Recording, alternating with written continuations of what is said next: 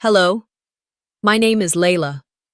During dinner, my sister shoved me so hard I hit the floor, and my knee shattered. But what broke me wasn't the pain. It was my mother, leaning in to whisper, "Stay quiet, she has a future." And my father, he didn't even look up, just muttered, "No drama." That night, I limped out alone. No apology, no help, just silence. But what if that wasn't the first time they erased me? What if they'd been preparing to erase me my entire life? They took the house, they rewrote the story, and they didn't think I'd ever fight back. Would you? The invitation had said dinner at 7, but by the time I pulled into my parents' long driveway in Travis Heights, it was already pushing 7:18 p.m. I parked under the elm tree, where I always used to leave my car growing up, and sat still for a moment. The windows of the house were glowing, the familiar golden light pouring out onto the perfectly manicured front lawn. I could already imagine the hum of conversations, the clinking of wine glasses, and the click of my mother's heels across the marble floors. I glanced down at the cake on the passenger seat, German chocolate from scratch. I'd stayed up the night before finishing it, despite being on my feet all day at the clinic. Sable's favorite, or at least it had been when we were kids. I thought it might mean something if I brought it. When I finally walked through the front door, the scent of rosemary and roasted chicken hit me first. My mother was talking loudly in the kitchen, her voice smooth and bright like a TV anchor. Sable's laugh chimed in from the dining room, perfectly timed, as if she was trained to laugh only at the right decibel. "Layla," Mom said, noticing me with a tilt of her head. "You made it." She didn't move toward me, didn't reach out, just observed like she was checking off an item on a guest list. "I brought cake," I said, lifting the box slightly, a hesitant smile tugging at my mouth. "Oh, how sweet," she said, already turning away. "We already have dessert, sweetie, but I'll just tuck this away for later." As I followed her to the kitchen, I watched her slide the box onto a side counter next to a tray of untouched macarons. That cake wouldn't see daylight tonight. I should have known. The dining room was buzzing. My father stood at the far end, a glass of red wine in his hand, speaking with one of Sable's non-profit board members. He glanced up, caught my eye for a second, then looked past me as though I were someone's plus one. "Sis!" Sable's voice was warm and bright, but I recognized the performative edge in it. She was glowing, draped in a pale blue wrap dress, hair curled, lashes done. The woman who once borrowed my clothes and begged me to do her algebra homework now looked like someone off a magazine cover. "I'm so glad you made it," she said, and leaned in for an air kiss that never really landed. "Wouldn't miss it," I said, forcing a smile. I scanned the table. Sable's place was dead center, flanked by Mom and Dad. The seats nearby were occupied. Some family, some of her donors, some community figures. I moved toward the far end, hoping to find a spot near someone familiar. "Oh, Layla," Mom called out. "We saved you a seat, just over there, next to the hallway." I turned to look. It was the chair closest to the guest bathroom. Literally, the end of the table. Not even a place setting, just a napkin folded beside a water glass. No one around me was talking. I sat down slowly, adjusting my skirt under the chair, willing myself not to make a face. The thing is, it wasn't the seat, it was the message. I'd come from work, still smelling faintly of antiseptic, with a small bruise on my wrist from lifting a patient. I hadn't had time to change. I brought a cake I knew wouldn't be served, and now I was tucked away like the cousin nobody really knows. When the toasts began, I tried to disappear into the linen. My father raised his glass first. "To Sable," he said, with that CEO voice that had sold condos and closed deals for years, "for reminding us all what true community leadership looks like." Applause. Next came her donor, then someone from her board, and then Mom stood, clutching a crystal glass. "From the moment she was born, I knew she was meant for something big," she said, eyes damp and shiny. Sable was never afraid to take up space. People nodded, in agreement. I waited. A beat. Then, when the lull came, I tried to speak. "I remember when we did that cleanup at Barton Springs, Sable and I were—" "Oh, that was years ago," Sable cut in smoothly, chuckling. "Layla's always had a good heart. She just never liked the spotlight. The room laughed. I blinked. Just once. That's all it took. One sentence to reduce me from participant to accessory, from sister to backdrop. My wine stayed full. I hadn't touched it. Later, during dessert, as slices of perfectly plated tiramisu were passed around, I watched the swing door to the kitchen flap open slightly. The cake box was still there, unopened, pushed beside the paper towels. My gaze wandered back to the table. My mother was beaming, nodding at Sable's every word like she was testifying in church. My father leaned in with pride, laughing at some quip I didn't hear. I shifted in my chair, the cushion creaking softly beneath me. No one noticed. Sable raised her glass. "To legacy," she said. "To legacy," they echoed. I looked down at my hands. I didn't lift my glass. I could feel the words rising inside me, burning in the back of my throat, pounding behind my ribs. But I didn't say them. Not yet. I hadn't planned to speak. I hadn't even planned to stay long. But the words came anyway. It started small. A comment about transparency. Something I read in a local article regarding Sable's nonprofit. It wasn't even an accusation, more like an observation. "I think it's important to be open about where donations go," I'd said, reaching for the bread basket, trying to sound neutral, casual, like I wasn't already on the edge of imploding. The air shifted immediately. You know that feeling when every eye in the room turns toward you, but no one says a word. That's what it was. A pressure drop. The hum of conversation screeched to a halt behind thin smiles and frozen forks. Sable stood. It was quick, too quick to register as anything but instinct.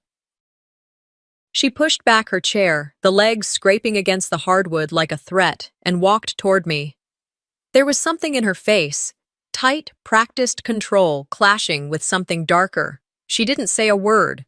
"Sable," I started, holding my hands up slightly.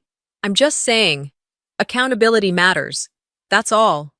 Her eyes didn't blink. Not once. Then she shoved me. It wasn't playful. It wasn't one of those get-out-of-here nudges siblings sometimes do. No, this was forceful, calculated. I lost my balance. My heel slipped on the tile just outside the rug line under the dining table, and the next thing I knew, I was falling.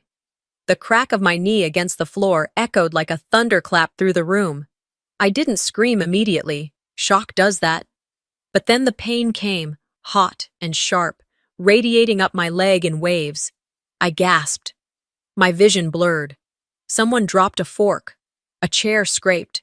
I heard my name, maybe, but no one moved. No one. I clutched my knee, feeling heat, then something wet through the fabric of my pants. It wasn't just a bruise, I knew it. I didn't need an X-ray to recognize the level of pain. Something was fractured. Deep.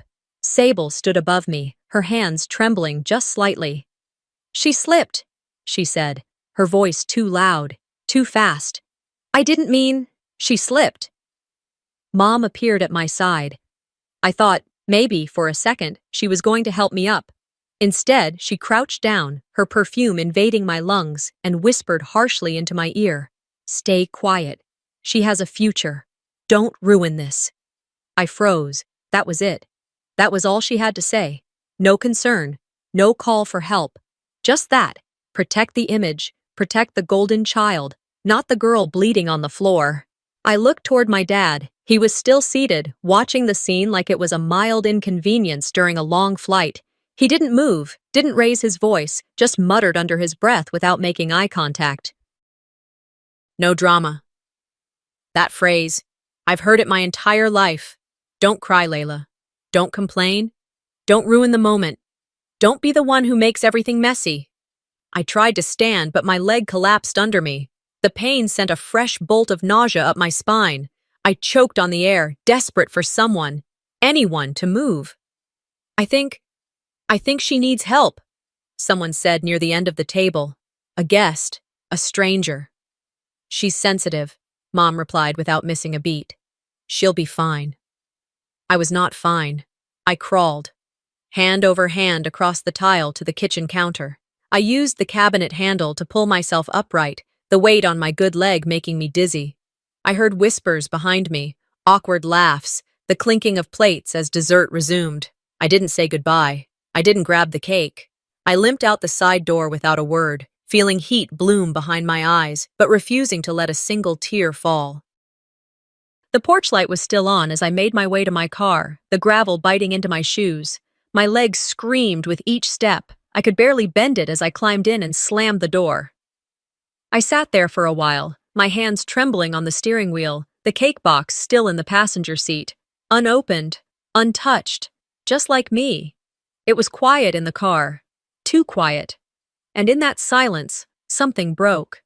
Not my knee, not just that, but something deeper. Something I had been holding together for years. I started the engine. As I drove through the winding streets of the neighborhood, my mind buzzed with everything that had just happened. I wanted to scream, to cry, to turn the car around and force someone, anyone, to acknowledge the insanity of what I'd just endured. But I didn't. Halfway home, the pain became unbearable. A stabbing sensation every time the car hit the slightest bump. My breathing got shallow.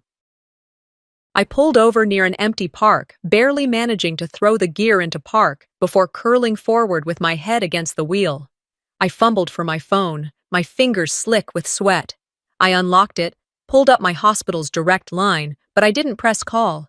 Instead, I opened the voice memo app. My thumb hovered for a second, and then I hit record. I need to say this somewhere, because if I stay quiet again, I won't survive myself. The voice memo still played on my phone as I drove slowly through the quiet streets. My voice, tired, hoarse, but steady, echoed through the car's speakers.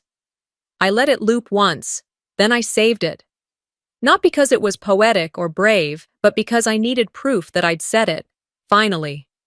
Once I got home, I didn't go inside right away. I sat there, parked in the driveway, engine off, one hand resting on my bandaged knee. The pain medication had dulled the worst of it, but every throb reminded me that something wasn't just bruised, it was broken. And yet, that wasn't what truly ached. What haunted me wasn't Sable's push, or even the silence of that dinner table. It was the memory that had crept up on me the moment I pressed record, a memory I hadn't thought about in years. Maybe because I'd forced myself to forget. I was 7. It was the last day of school before summer, and we'd had a little awards ceremony in the gym. Nothing major, just a ribbon for Most Improved Reader. I remember clinging to it like it was gold. Mom said she'd pick me up at noon. By 12:15, I was the last kid on the bench outside. By 12:45, the janitor came by and asked if someone was coming. By 1:30, I stopped answering. When Mom finally arrived at nearly 2, she was wearing sunglasses and sipping an iced coffee. She didn't say sorry. She didn't ask if I was okay. She just said, "You could have walked to the front office. Don't make this into a thing. You're fine." But I wasn't fine. I sat there with my ribbon crushed in my palm and thought, this is what it means to be forgotten on purpose. Not because they didn't know I was there, but because they didn't care enough to remember. That was the day I started learning how to disappear politely. Now, all these years later, I was starting to wonder how many other things I'd accepted just because no one else noticed. After about 15 minutes, I finally forced myself out of the car, limped up the walkway, and let myself into the apartment. I dropped my keys on the counter, toed off my shoes, and collapsed on the couch. The cake I brought to the party was still in the back seat, probably sweating under the dome of plastic wrap. I didn't care. I didn't turn on the lights. The room was dim, but it matched my mood. The only sound was the soft hum of the refrigerator. I pulled out my phone, not intending to check anything, just out of habit. But the first thing that popped up was a notification from Instagram. Sable's organization had posted photos from the gala. I tapped it, knowing I shouldn't. A grid of carefully filtered images loaded. Sable beaming in her award dress, posing with city council members, donors, family friends. My parents, arm in arm, smiling like nothing had ever gone wrong in their lives. I kept scrolling. There was a post thanking all the volunteers and contributors. Names listed out in a fancy serif font, overlaid on a pale blue background that matched Sable's dress. Mine wasn't there, not even a tag. I stared at the screen longer than I needed to, letting the bitterness settle like dust in my chest. It wasn't about being mentioned, it was about being erased. I had shown up, I had helped set up chairs, I had brought the damn cake, and they edited me out like I was a blemish on their perfect night. My phone buzzed again. Another post, more applause, more celebration. I tossed it onto the cushion beside me and leaned back, staring at the ceiling. I traced the same mental line I always traced when things went wrong. It's not that big of a deal. You're overreacting. Just move on. But this time, I didn't believe myself. The pattern was clear now. Left behind at school, placed next to the bathroom at dinner, shoved to the ground in front of an entire room, and told to stay quiet because someone else's future mattered more than my present pain. It wasn't an accident. It wasn't a misunderstanding. It was a system, a script, one I'd been reading from without realizing it. They made sure Sable shined. They made sure I stayed in the shadows. And every time I tried to step into the light, I was told to sit down and be grateful. I reached for my phone again and opened the voice memo app. I hit record. They won't say my name, I whispered, but I'm about to make sure they can't forget it. I didn't know what I meant by that yet. But I knew I meant it. For the first time in a long time, my silence felt like a choice I no longer had to make. A few minutes later, as I sat on the couch nursing my knee and sipping ginger tea, my phone vibrated. It was a text from Mom. Rest. Don't overthink. Let's move past this. Like it was a scratch, a scab, something I could cover with a bandage and forget. I stared at the message for a full minute, then deleted it. I scrolled to my contacts, paused over a familiar name. Dr. Hayes. I pressed call. The line connected after 2 rings. I could hear the faint hum of an office air conditioning unit, then the calm, grounded voice of Dr. Hayes. Layla? She said, not surprised, just steady. I saw your name pop up and figured something had happened. I hesitated for a second too long. I need to come in. Are you in pain right now? Yes, but not just physical. Come first thing tomorrow. I'll shift my schedule. Just be here at 9. I didn't say thank you. I didn't have it in me. I just whispered, okay, and hung up. That night, I didn't sleep. Not well, anyway. My knee throbbed beneath the ice pack. I tried to distract myself by watching old sitcom reruns, but every laugh track felt like a reminder of the night before. The forced chuckles at the table when Sable diminished me in front of a room full of people. The false warmth, the curated affection. At 8:15 a.m., I left my apartment and drove slowly, carefully to Dr. Hayes's clinic. The streets were just beginning to stir, the sun angling in through the windshield as if nothing had happened at all. But something had, something big. I was early, and the waiting room was still quiet, the receptionist setting up the coffee station when I limped in. She recognized me and greeted me kindly, but didn't ask questions. A small mercy. Dr. Hayes came out a few minutes later, her white coat open over a navy blouse, a soft expression in her eyes. Come on back, she said. We didn't speak as she guided me to the exam room and helped me onto the table. Her movements were slow, careful, respectful. She didn't touch me until she asked. After a few stretches and rotations that made me wince, she stepped back and crossed her arms, reading the pain on my face. We'll do some scans, she said. But I can tell you right now, this isn't just a sprain. I nodded. She looked at me again, not just at my knee, but all of me. Layla, she said gently. Can you tell me what happened?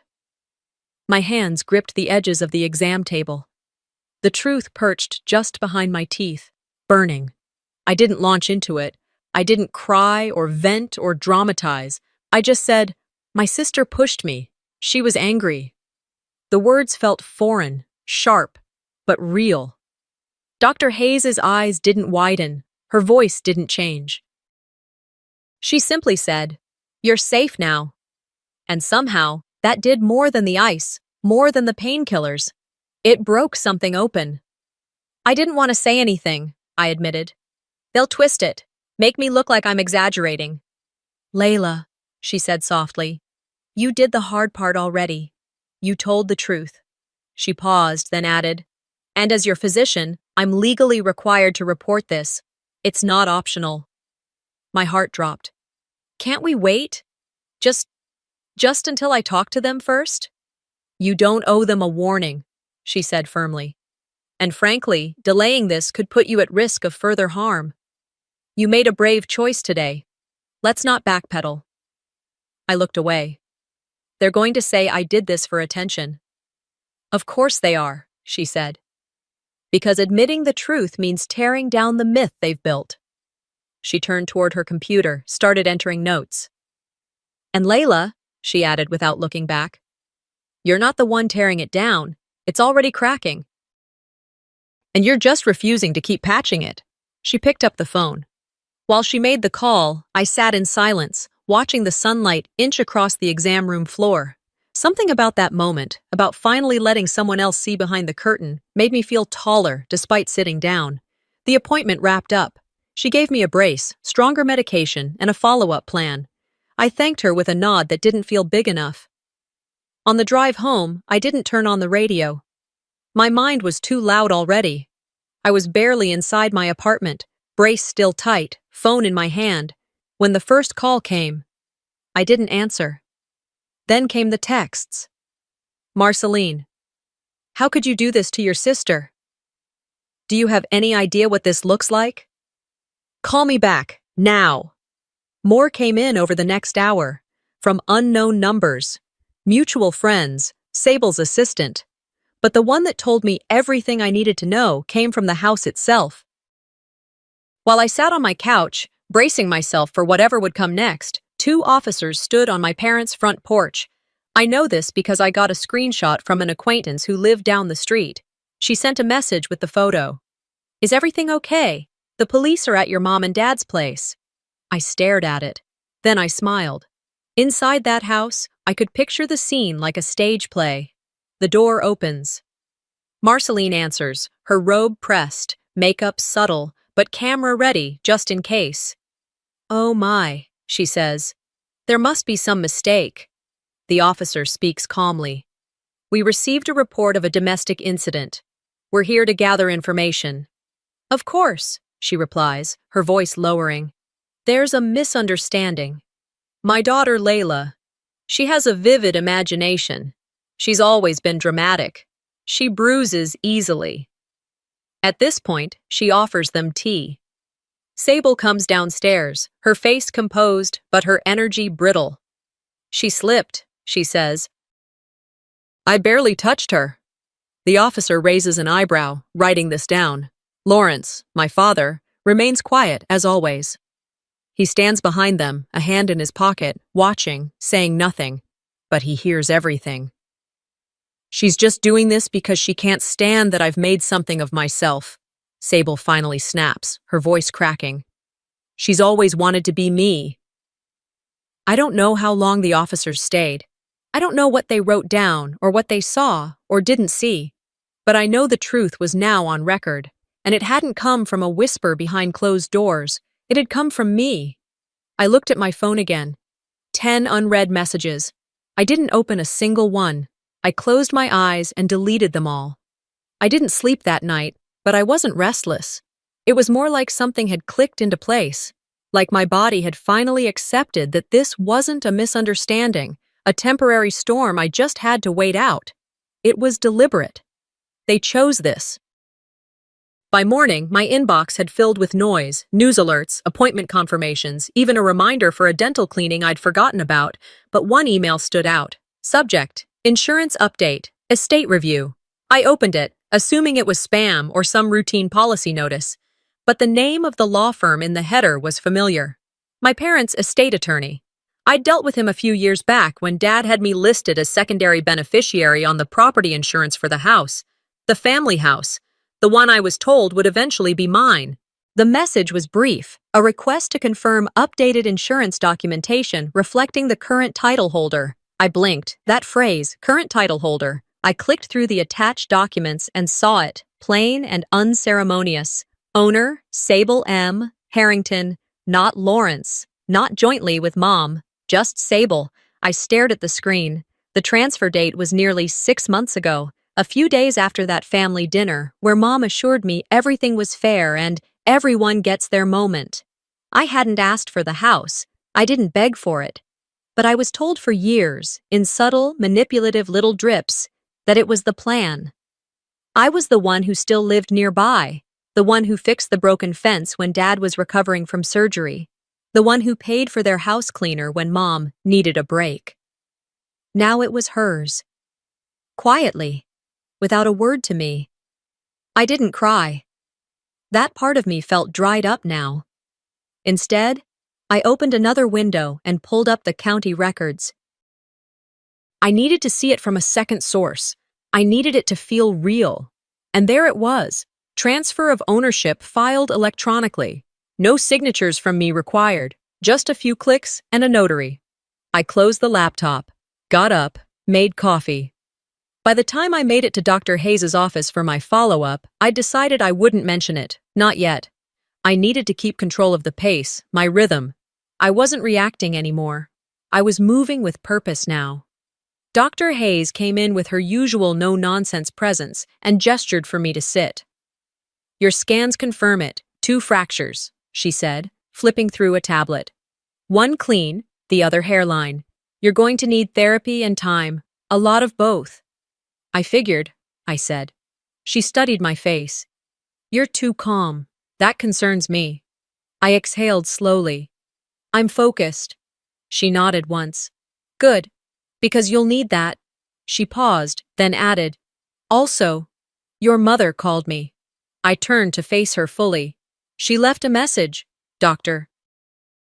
Hayes continued, "Said you've always had a tendency to dramatize pain, that perhaps we could refrain from anything that might follow Sable into her professional records." My stomach twisted.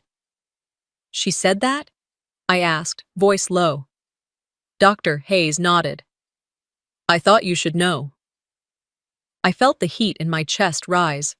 Not panic, not fear. Just this growing, boiling burn that made my teeth clench. "I already filed the report," she said. "It's on record. No one gets to erase what happened to you. Not this time." I gave her a tight nod. "Thank you." After the appointment, I sat in my car outside her office for a long while. The fall air was crisp, the kind that wakes you up whether you want it to or not. I scrolled through my contacts until I found the name I hadn't tapped in days. "Marceline," I pressed call. She answered on the second ring. "Well," she said, her voice instantly tight. "I assume you've seen what your little stunt caused." I didn't let her continue. "You went behind my back. You gave her the house, the one you promised me." "Oh, don't be dramatic," she replied, letting out a sharp breath. "It's a house, Layla. Walls and paint. You want to throw away your relationship with this family over square footage?" "No," I said calmly. "I'm throwing it away over betrayal." Silence. Then she spoke again, voice suddenly saccharine. "Sweetheart, don't ruin the family over a bruise." I almost laughed. "A bruise?" I echoed. "Sable didn't just bruise my knee. She shattered the silence that's protected you all for years." "You're being unfair," she snapped. "No," I said. "I'm being precise." I hung up, not out of rage, but because the conversation was over. Had been for years, really. This was just me finally realizing it. An hour later, as I sat back at home with an ice pack and my laptop, a notification popped up.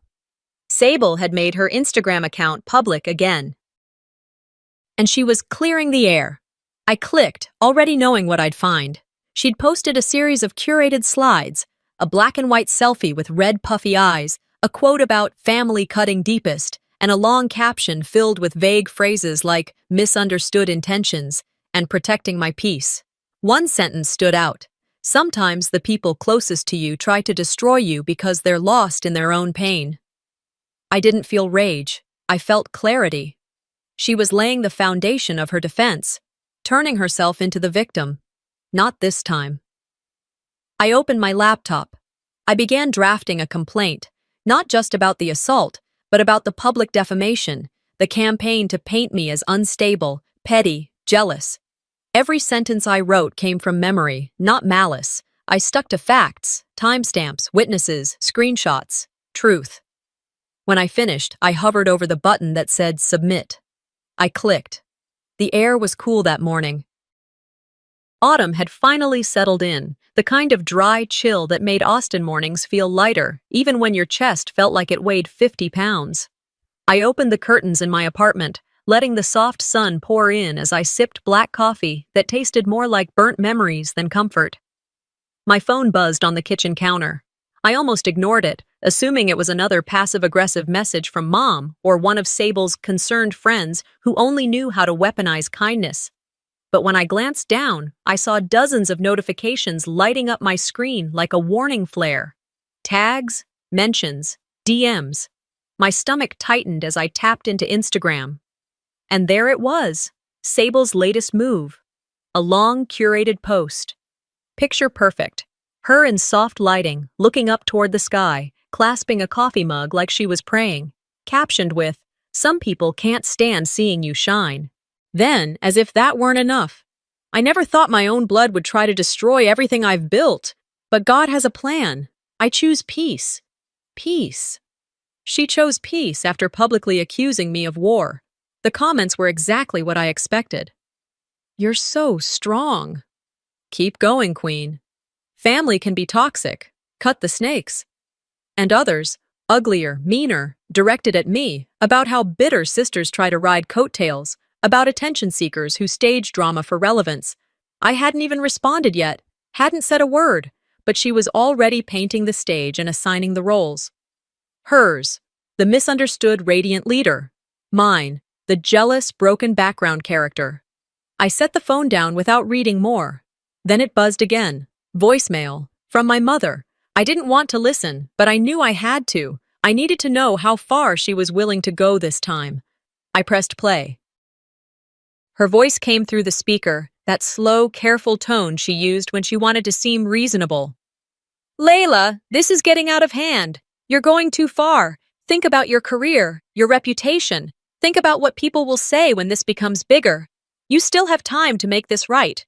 But if you keep pushing this, I can't protect you." She paused. "I won't protect you." Click.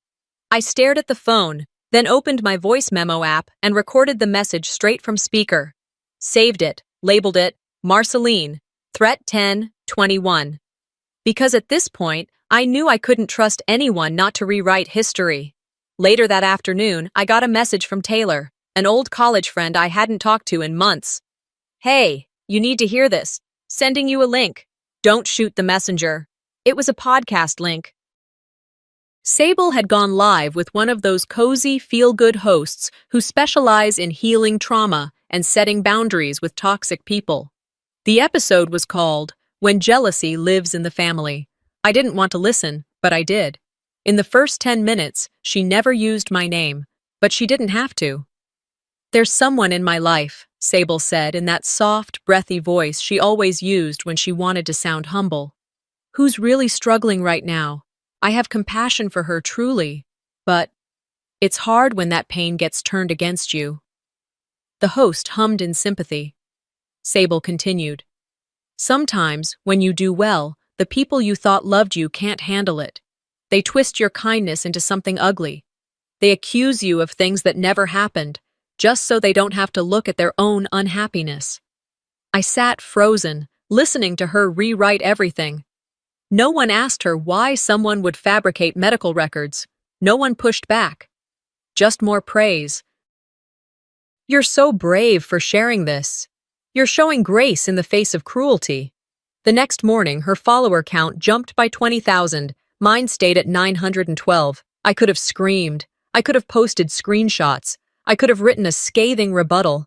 But instead, I did something different. I opened my laptop, logged into my old blog, one I'd barely touched since grad school. I updated the password, rebranded the page with just my name, and then I wrote, "No name calling, no drama, just facts." I started with the night of the dinner. I described the sequence of events.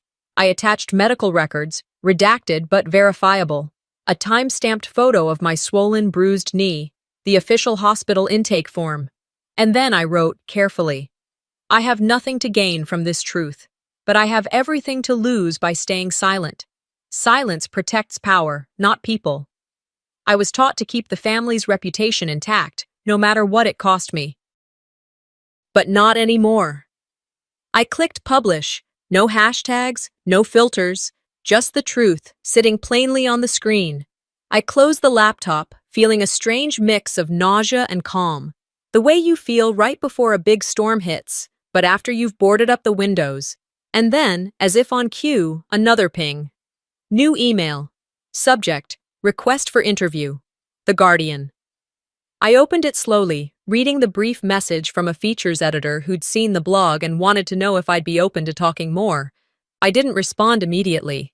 Instead, I stood up, walked to the mirror, and looked at myself. Bruised, still limping, tired, but standing. You wanted a spotlight, Sable, I whispered to my reflection. Let's see what it feels like when the whole world's watching. The email from The Guardian was still sitting unopened in my inbox the next morning when my phone lit up with a new notification, this time from a news app. I almost ignored it. I had grown used to seeing headlines I wanted to avoid, especially when they hinted at anything close to home. But then I saw my name, not just mine, hers too. Exclusive. Security footage contradicts influencer's assault denial, family under fire. I sat up straighter on the couch, heart lurching. I tapped the link. The video had already been embedded by the local station, watermarked and slowed down. There was no audio, thankfully, but the visuals were enough. I watched it unfold, Sable standing from her seat. Her walk toward me, her hand meeting my shoulder with force. The angle made it undeniable, my body twisting as I fell. The awkward, jerking motion of my limbs hitting the floor. My head tilting upward, clearly in pain, and most damning of all, the rest of the room frozen. Watching, not helping, not reacting, not a soul moved. The silence in the footage said more than any audio ever could. And then, as the video ended, came the text overlay. Footage provided anonymously. I stared at the screen. The breath in my lungs stalled. Not leaked, not hacked. Given by someone.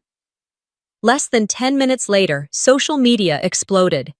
My phone became useless, an overheated block of buzzing. Comments flooded in from strangers, from acquaintances I hadn't spoken to in years, from journalists, advocacy groups, medical professionals. The narrative flipped on its head within hours. She lied to protect her image. Layla deserves justice. This is exactly why victims don't speak up. And finally, we believed you, Sable. That one stung. Because it was true. They had believed her. The narrative she'd built, rehearsed, and launched with precision. But now they saw. I watched her accounts slowly change. The comment sections were first. Filled with fire emojis and heart comments 1 minute, turned off the next. Her publicist released a vague statement about mental health and stepping back. The charity removed her from the event page. By late afternoon, her Instagram went dark. Gone. I didn't gloat. There was no satisfaction in seeing someone crumble publicly, even someone who had pushed me down, physically and emotionally, over and over again. But there was something else I hadn't felt in a long time. Relief. It didn't last long. At 6:04 p.m., my phone rang. The caller ID made me freeze. Lawrence. My father. I debated letting it go to voicemail. I almost did. But something in me needed to know. Why now? I answered. Didn't speak. Just listened. There was a pause. Then, it's me. I didn't respond. He took a breath. I know what this cost you. I know I didn't stop it when I should have. Another pause. I couldn't let them erase you again. The words landed like a stone in my gut. You sent it? I asked, not as an accusation, just confirmation. Yes, he said quietly. They don't know. I swallowed hard. My mouth was suddenly dry. Why? Because you were right, he said. And because I couldn't watch it happen again. It was the closest thing to an apology I'd ever heard from him. Not perfect, not enough to fix years of passivity, but real. We didn't say goodbye. I just ended the call. The silence afterward was different, not heavy, just full. I assumed the family group chat was imploding by now, though I wasn't part of it. I didn't need to be, but I knew what would come next. That night, I got a message from a cousin I barely spoke to. They're having a family meeting without you. No surprise there. I imagined the scene. Mom pacing in the living room, voice clipped, sharp. I told you to keep it clean. Sable, unhinged for once, no script to follow. You told me to win. That's what I did. Mom's hands trembling. Not like this, Sable's voice cracking. You built me to be this. Don't pretend you didn't. Dad silent, standing by the fireplace, watching his creation fracture like porcelain under pressure. They could have the meeting. I had other things to prepare for. The next morning, I woke to an email from my attorney. The complaint had moved forward. A civil hearing date had been set. I opened the calendar to confirm. It stopped me cold. The date? My birthday. I stared at it. Let the irony settle. And then, I smiled, because maybe that was perfect. Maybe the day I was born again shouldn't be about cake and cards. Maybe it should be about reclaiming every part of myself they'd tried to silence. I walked to the mirror, still in pajamas, hair a mess, knee still wrapped in a brace. But standing. Still standing. That works, I whispered. I'm finally being born again. The morning of the hearing was strangely quiet. Not just the world outside, though even the usual clanging of construction a few blocks over had gone silent, but inside me too. My thoughts, usually scattered and fast, moved slowly, deliberately. It wasn't peace I felt. Not really. It was that sharp, breathless stillness that comes just before a needle pierces skin. The knowing that pain is coming, but also the knowing that you're ready for it. I sat in the passenger seat of Denise's car, watching the courthouse emerge from behind a row of trees. Pale gray stone, steps washed with last night's rain. We were early, because I'd insisted on it, not because I was nervous, not because I needed more time to prepare.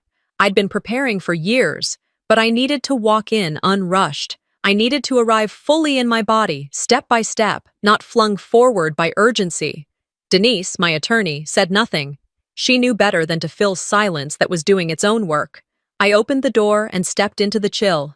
The wind was gentle but present, the kind that brushes against your neck like a hand checking for a pulse. The parking lot was mostly empty, but at the base of the steps, I saw a small group beginning to gather. Reporters. Two of them I recognized from the local news. One raised her phone when I stepped into view but paused, her hand lowering slightly when our eyes met. She must have seen it. The edge in my gaze, the steadiness. I wasn't here for spectacle. I was here for truth. Inside, the courthouse smelled like every courthouse. Paper, floor wax, and burnt coffee left too long in a pot. No glamour, no majesty, just beige walls, humming fluorescent lights, and the low rustle of people trying to pretend that justice is routine. Sable arrived 10 minutes after me. She walked in flanked by a 3-person entourage, her attorney, a PR rep in designer heels, and a man in slim glasses who kept adjusting her scarf. A stylist, maybe. She looked like someone who had rehearsed every gesture in front of a mirror. She didn't glance at me, but I watched her. The makeup was subtle, neutral. Elegant remorse, if there were such a shade. Her heels clicked too loud across the tile. Her smile was polished, posed, but her hands trembled when she wasn't using them. Her fingers fluttered against the scarf, the tabletop, her phone. And when the judge entered the room, she flinched, barely. But I saw it. The judge was an older woman with steel gray hair pulled into a twist, soft eyes, and a tone that could stop time. I liked her immediately. Authority without arrogance, compassion without performance.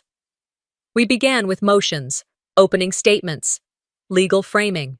Denise, calm and sharp as ever, spoke without embellishment, just facts, dates, names, clear timelines, everything backed up with documentation, notarized statements, photographs, evidence stacked and labeled with quiet fury.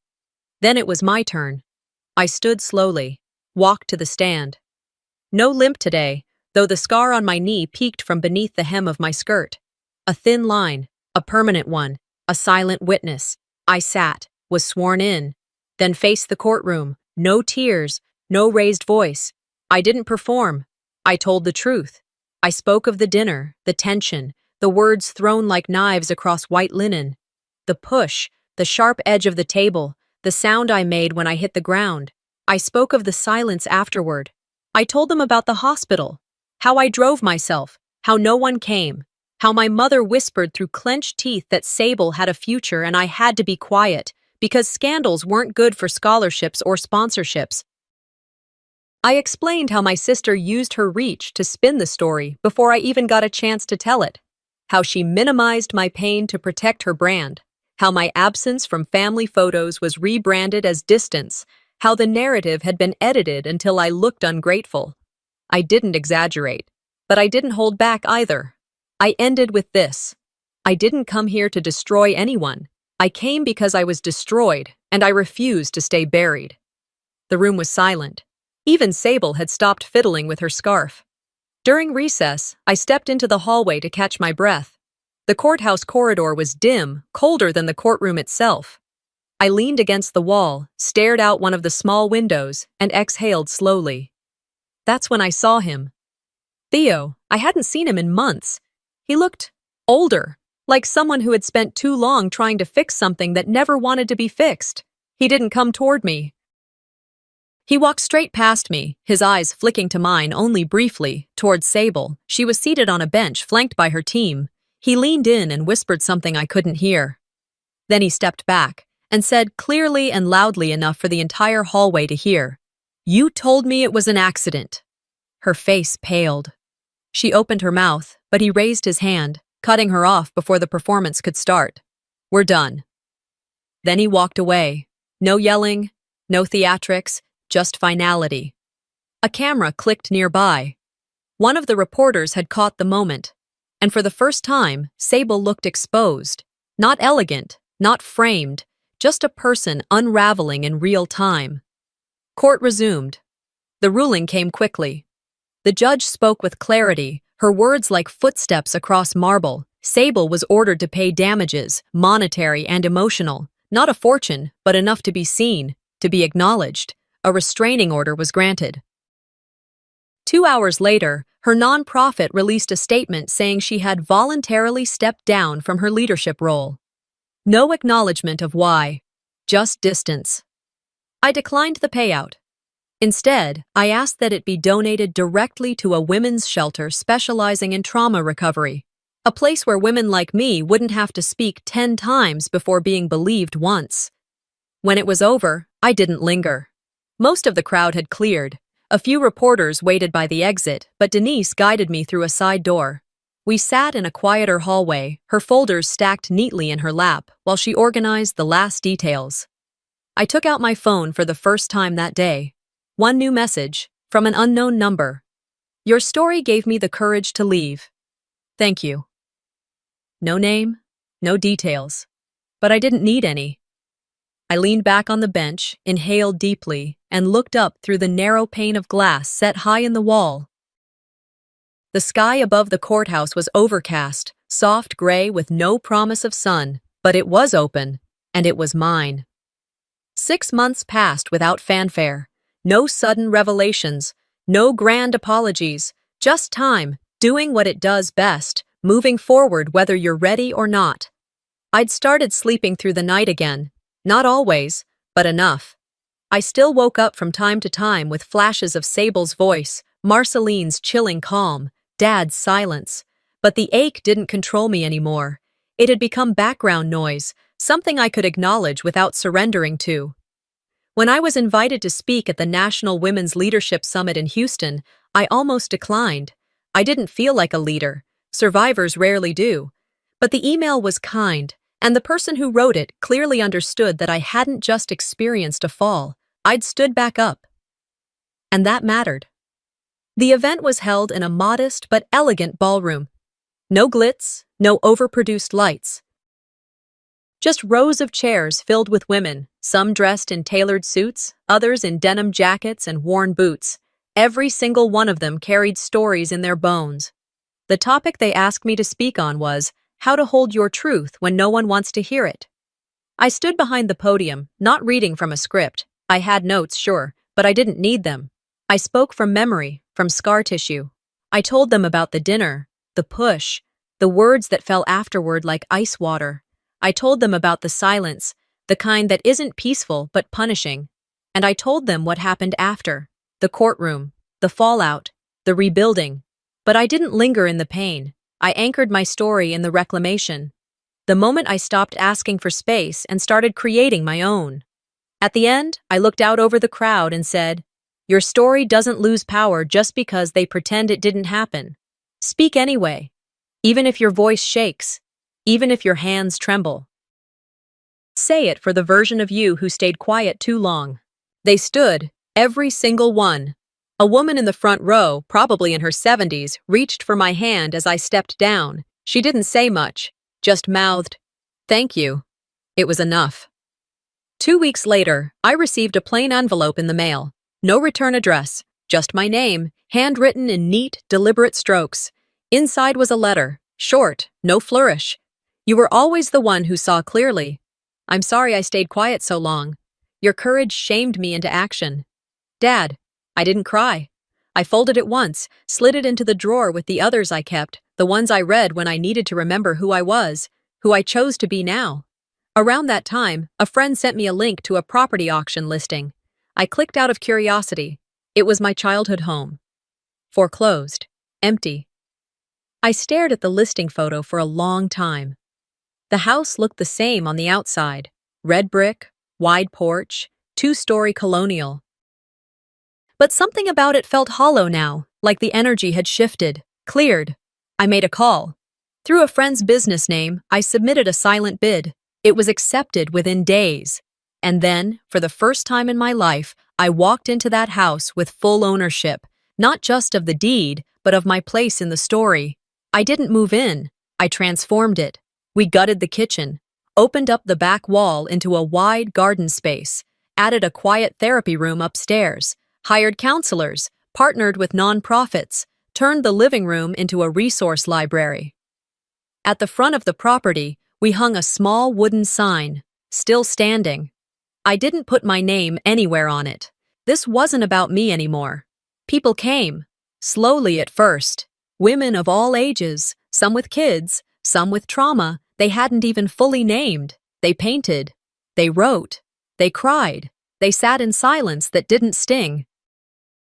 One day, I was walking through the garden area behind the house when I saw a young woman, barely 20, sitting cross-legged on the grass with a sketch pad in her lap. She looked up when she noticed me. "It's quiet here," she said, smiling gently. I smiled back. "The quiet doesn't hurt anymore." We sat there for a moment, not speaking, just breathing, letting the sun warm our skin, letting the wind pass through without disrupting anything. Later that evening, I sat alone in the old dining room, the same one where I once sat next to the bathroom door, barely part of the family table. The same one where silence was a rule, not a relief. Now it held a circular table, surrounded by mismatched chairs donated from people who'd started over, too. No heirloom china, just sturdy ceramic mugs and conversation. I never heard from Sable again. Someone told me she moved out of state, took up freelance marketing. No spotlight, no stage, just disappeared. I didn't feel satisfaction. I felt distance. We weren't enemies, we weren't sisters either. We were just done. That was enough. For the first time in my life, I had space. To grow, to breathe, to exist, unapologetically. Sometimes the loudest thing you can do is speak the truth, especially when your whole life you've been told to stay silent. This wasn't just a story about family betrayal. It was about reclaiming your voice, even when it shakes, and choosing healing over vengeance. What about you? Have you ever had to walk away from family to protect your peace? If this story moved you, don't forget to like, comment, and subscribe. More true stories, raw, real, and unforgettable, are on the way.